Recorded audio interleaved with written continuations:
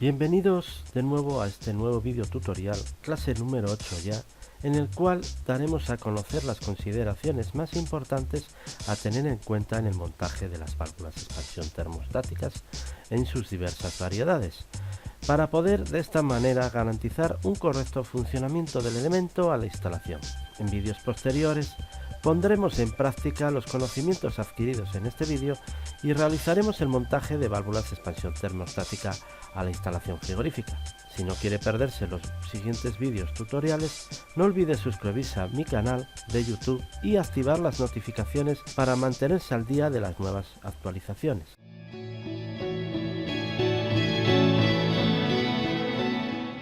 La válvula de expansión termostática es el elemento encargado de regular la cantidad de refrigerante en el evaporador, adaptando este a las necesidades de carga térmica que necesita en cada momento el espacio refrigerado. Las válvulas de expansión termostática se componen de dos partes claramente diferenciadas. Cuerpo, en el que podemos distinguir las siguientes partes: conexión de entrada y conexión de salida de refrigerante, que podrán ser abocardadas o soldadas, e incluso de conexiones embridadas en ciertos modelos de válvula utilizadas en la refrigeración industrial. Conexión externa para realizar el montaje a tubería de pilotaje externo. Tornillo de reglaje y ajuste. Para acceder a él es necesario desenroscar el tapón de acceso. En el interior del cuerpo y desmontando la tuerca abocardada nos encontramos en su interior con el orificio calibrado, que cumple dos funciones claras. Por un lado, limitar el caudal de refrigerante y por otro, provocar la caída de presión en el refrigerante a su paso por la válvula de expansión termostática. El orificio calibrado incorpora un pequeño filtro de malla. Elemento termostático. Está formado por un bulbo que contiene en su interior una cierta cantidad de líquido refrigerante y está unido a la parte superior de la web a través de un tubo capilar enrollado en bucle y de cierta longitud. La siguiente figura se corresponde con una válvula de expansión termostática modelo TE5 de Danfoss, cuyo funcionamiento es el siguiente. Cuando la presión ejercida por la parte superior de la membrana, presión ejercida por el gas del bulbo, es mayor que la presión ejercida por el resorte más la presión ejercida por la presión de evaporación, el vástago desplaza el asiento provocándose la apertura de la válvula y por tanto la entrada de refrigerante al evaporador. Si por el contrario, en la presión en la parte superior de la membrana es inferior a la presión ejercida por el resorte más la presión de evaporación, la válvula de expansión termostática se cierra y por tanto se interrumpe el paso de refrigerante hacia el evaporador. Esto se produce de forma simultáneamente a mayor o menor velocidad en función de las necesidades de carga térmica y de la dinámica del evaporador.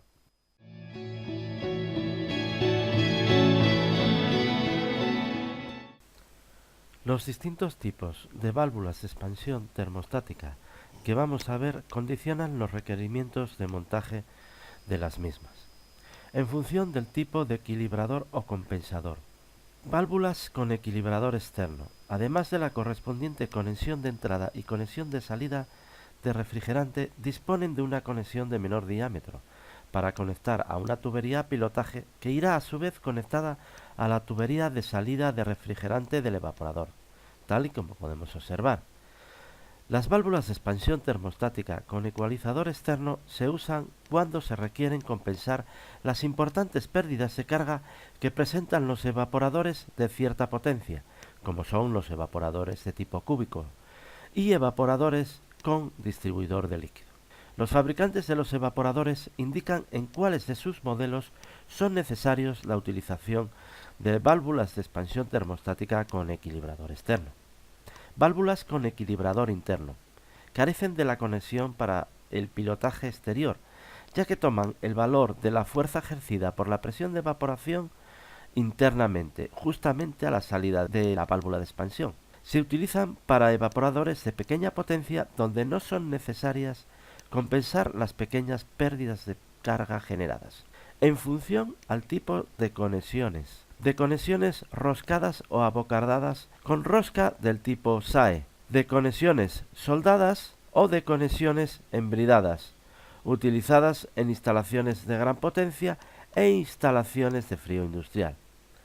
En función del tipo de carga del bulbo. Carga universal. Se deberá limitar su uso a instalaciones donde no sea necesaria una limitación de la presión de evaporación y en instalaciones que trabajan con altas temperaturas de evaporación para evitar sobrecargas al compresor. Con carga MOP. Las siglas MOP significan presión de operación máxima y es la presión de expiración-evaporación más alta debido a la carga limitada del bulbo. Una vez se alcanza la presión MOP, la wet se cierra completamente evitando de esta forma sobrecargas al compresor. Se utilizan en instalaciones en las cuales sea necesario limitar la presión de evaporación. Carga MOP con lastre. Se usan principalmente en instalaciones de refrigeración con evaporadores de dinámica elevada, como por ejemplo cámaras frigoríficas con entrada y salida de productos con mucha frecuencia, y en instalaciones de aire acondicionado e intercambiadores de calor de placa con una alta transmisión de calor, debido a su principal característica, la cual hace que la válvula se abra despacio cuando la temperatura del bulbo aumenta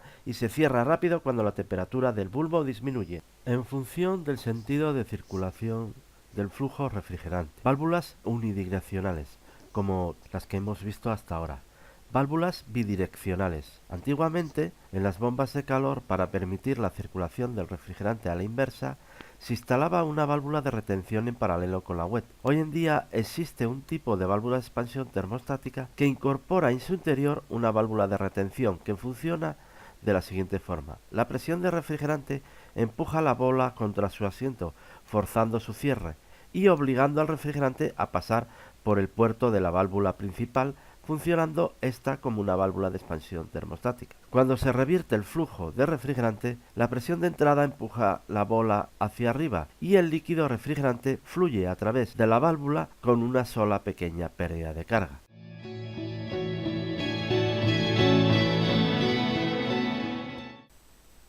Es necesario respetar minuciosamente los requisitos de instalación y aplicar las técnicas de montaje que nos facilitan los fabricantes en sus instrucciones técnicas para garantizar un funcionamiento correcto y adecuado de la wet. Ubicación del cuerpo de la wet. El cuerpo de la wet debe situarse en la línea de líquido, a la entrada del evaporador, lo más cerca posible a este, y admite cualquier tipo de posición. En evaporadores provistos de distribuidor de líquido, el tramo recto desde la última curva deberá tener una longitud superior a 7 veces el diámetro del tubo empleado, tal como se puede observar. Posición del bulbo.